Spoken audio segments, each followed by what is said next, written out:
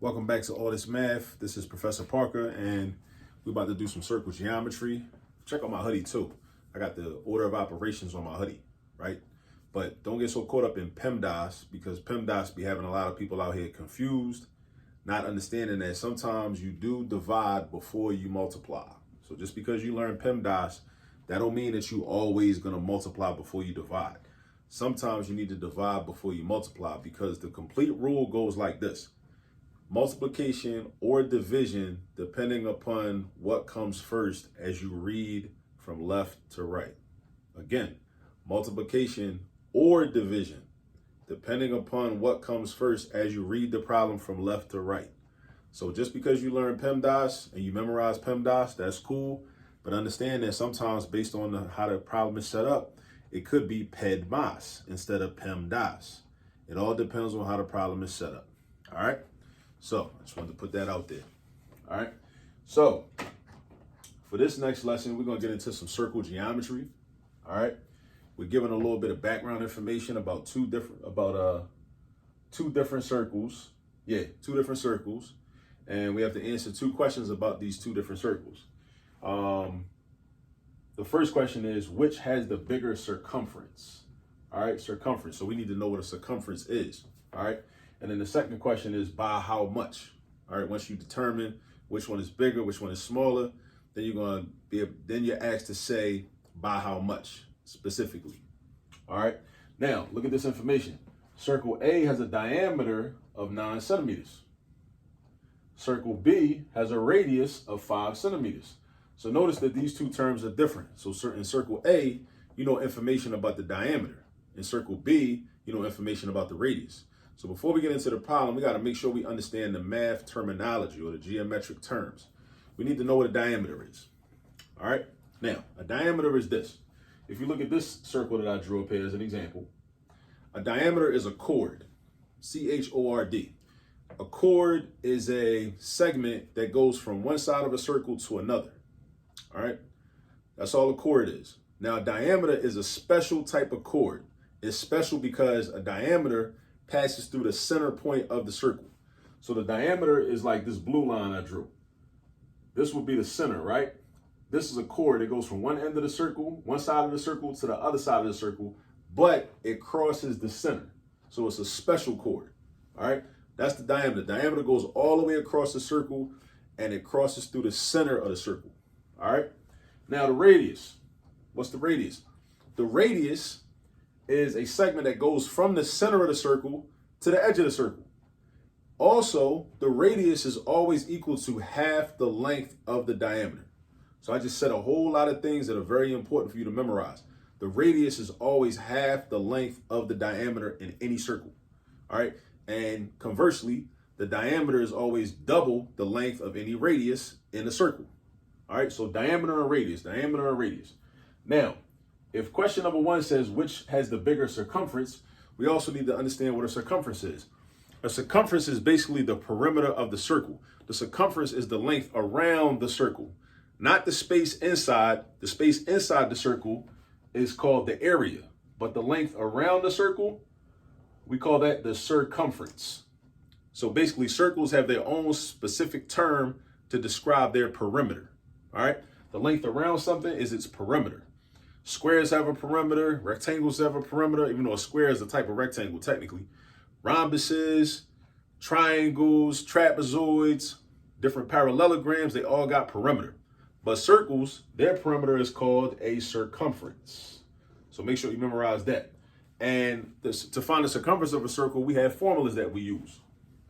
So let's do some math to figure out which one of these circles, this one or this one, has the bigger circumference. So let's talk about circle A.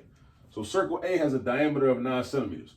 So there's two formulas that we use generally to find the circumference of any circle.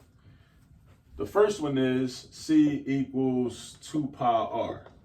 I know I'm in the way, but you can see it now. C equals 2 pi r, right? That's the formula you use when you know the radius. Basically, if you know the radius, use this formula. All right? Now, if you don't know the radius, use this formula, pi d. Pi d. Now, 2 pi r stands for 2 times the number pi, which is represented by a Greek letter pi, times the radius. In this formula, we got the Greek letter pi, which is a number, multiplied by d, which stands for the diameter. Now, even though I already told you, I mean, you don't really have to really choose between these two formulas, because I already told you that the radius is always half the diameter, and the diameter is always double the radius. So let's say like in circle A, you know what the diameter is, right? But let's say you didn't want to use this formula. If you don't want to use this formula, you could be extra if you want to, and you could take half of the diameter and do 9 divided by 2, you're going to get 4.5. Once you get 4.5, then you put it in this formula. But like I said, it's being extra because you're going to end up doing 2 times 4.5 anyway. You're going to get back to 9 anyway. So you're just going to undo what you did just because you were so hyped to try to use this formula, right? So you might as well just use whatever formula is more convenient based upon the information that you're given. So if you know what the diameter is, just go ahead and use this formula right here. So let's do this. C equals pi times d. D is 9. And actually, I want to give an exact answer. So let's change pi to 3.14. 3.14. So I know you might have, been in school in the past, and your math teacher had what they call Pi Day on March the 14th. It's a way to help students to memorize, the value of pi. All right, and they bring in pies, maybe, different types of fruit flavor pies, or even pizzas, because pizzas are technically a pie for real. So we got 3.14 times 9. So that is, what's 3.14 times 9? Matter of fact, I got it on my paper right here. 3.14 times 9, I did the math earlier. It's 28.26. What's the unit? Centimeters. So circle A has a circumference of 28.26 centimeters.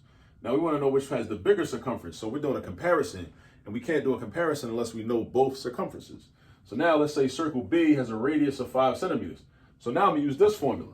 I'm going to go ahead and use this formula because this formula includes the radius. So my R is 5 because the radius is 5. So my R is 5. So I'm going to keep the 2. I'm going to replace the letter pi with the number 3.14. I'm going to replace the letter R with the number 5. And I'm going to do my multiplication.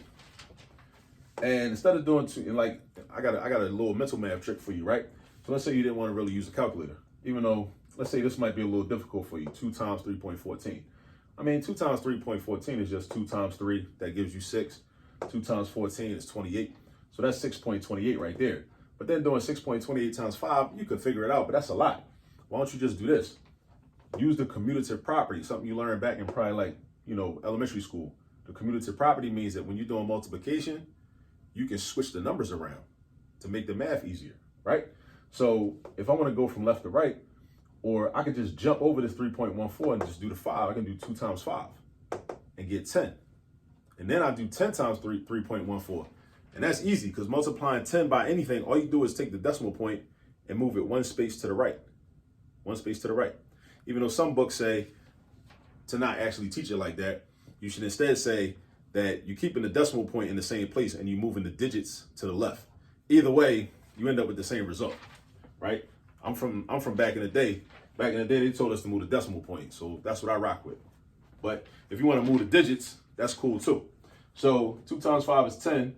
10 times 3.14 is going to be 31.4. So now we got the circumference of this circle. So the circumference of this circle, circle B, is 31.4 centimeters.